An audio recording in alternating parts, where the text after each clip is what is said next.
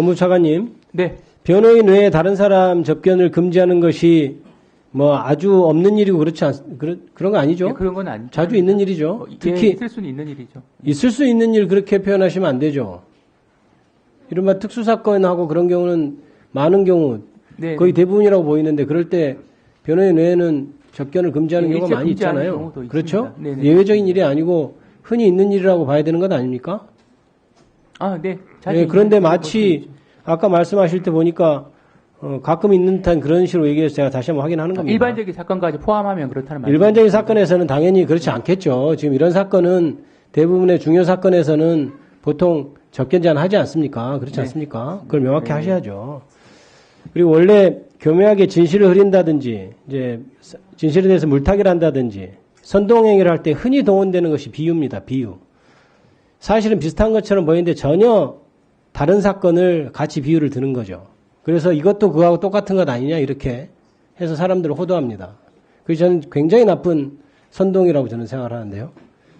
아까 우리 국민의힘 일부 의원들께서 현직 대통령에는 왜 불구속 수사 원칙이 적용되지 않은지 궁금하다 하면서 갑자기 이재명이니 조국이니 이런 사람 언급을 해요. 이것도 차관님께 한번 질의해보죠. 네.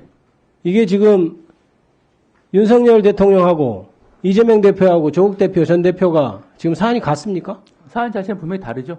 완전히 다르죠. 어떤 면에서 다르죠? 기본적으로 사건의 성격 자체가. 그 다음에 네, 수사 다르죠. 과정에서는 다른 것은 없습니까? 수사 과정에서는 기본적으로 소환 요구에 응했는지 여부 등등 필요한 그렇죠. 제가 있습니다. 차관님도 그거를 명확히 인지하고 계시죠. 지금 현직 대통령이라고 하는 사람이 사건 수사를 하겠다고 출석을 하라고 했습니다. 근데 안 했어요. 제가 그전에도 얘기했지만 검찰에서 2번, 공수처에서 3번 출석하라고 했는데 다 불응했어요. 그러면 수사기관은 어떻게 해야 될까요? 아이고 안 오십니까? 그러면 저희가 수사를 그만하겠습니다. 이렇게 될 수 있나요? 차관님? 안 되죠. 네. 그러면 어떻게 필연적으로 수사기관에서 해야 되는 건 뭔가요? 체포영장을 청구하고 발부받는 거죠? 네, 그렇습니다. 자, 그렇게 갔어요. 그랬는데 체포영장이 발부됐으니까 나오라고 통지하고 했는데도 체포 지금 어떻게 됐습니까? 전 국민이 다 알지 않습니까?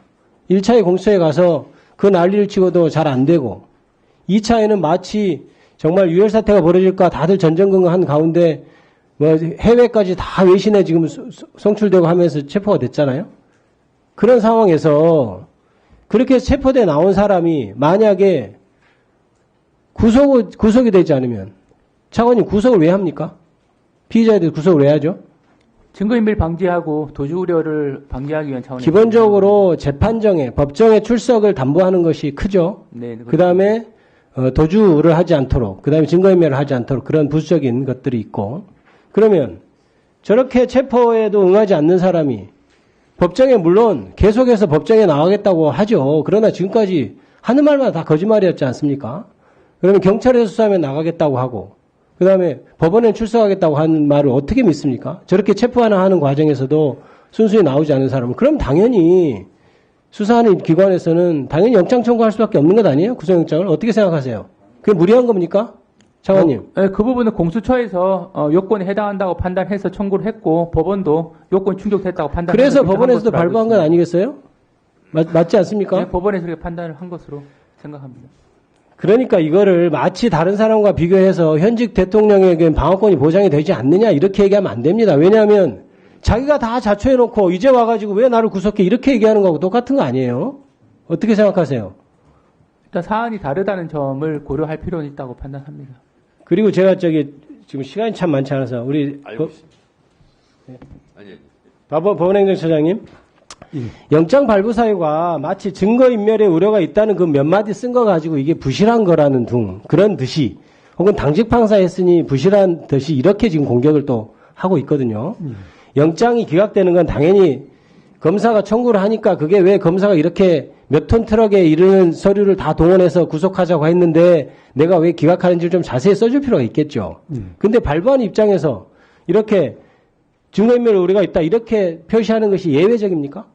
제가 영장할 때는 말씀하신 바와 같은 취지로 했습니다. 심지어 그냥 체크만 하기도 하죠. 거기 네모칸에 증거인멸 우려가 있으면 도주 우려가 있으면 그렇지 않습니까? 예, 대부분의 간략한 사안들은 그렇게 처리했습니다. 그러니까 그런 마치 당직 판사가 해서 마치 영장 이상 당직 판사도 2001년도에 현업에 지금 사법에서 졸업한 현업에 종사한 사람이에요. 그렇지 않습니까? 예, 신뢰받는 법관이라고 말씀드릴 수 있습니다. 아니고 그리고 양반이 굉장히 재판도 많이 했고 그다음에 아까도 얘기했듯이 영장도 정확히 나오는 것처럼 나오는데 마치 이상한 듯이 그렇게 선전선동을 하면 안 된다. 그러니까 자꾸 선동한다는 말이 맞는 겁니다.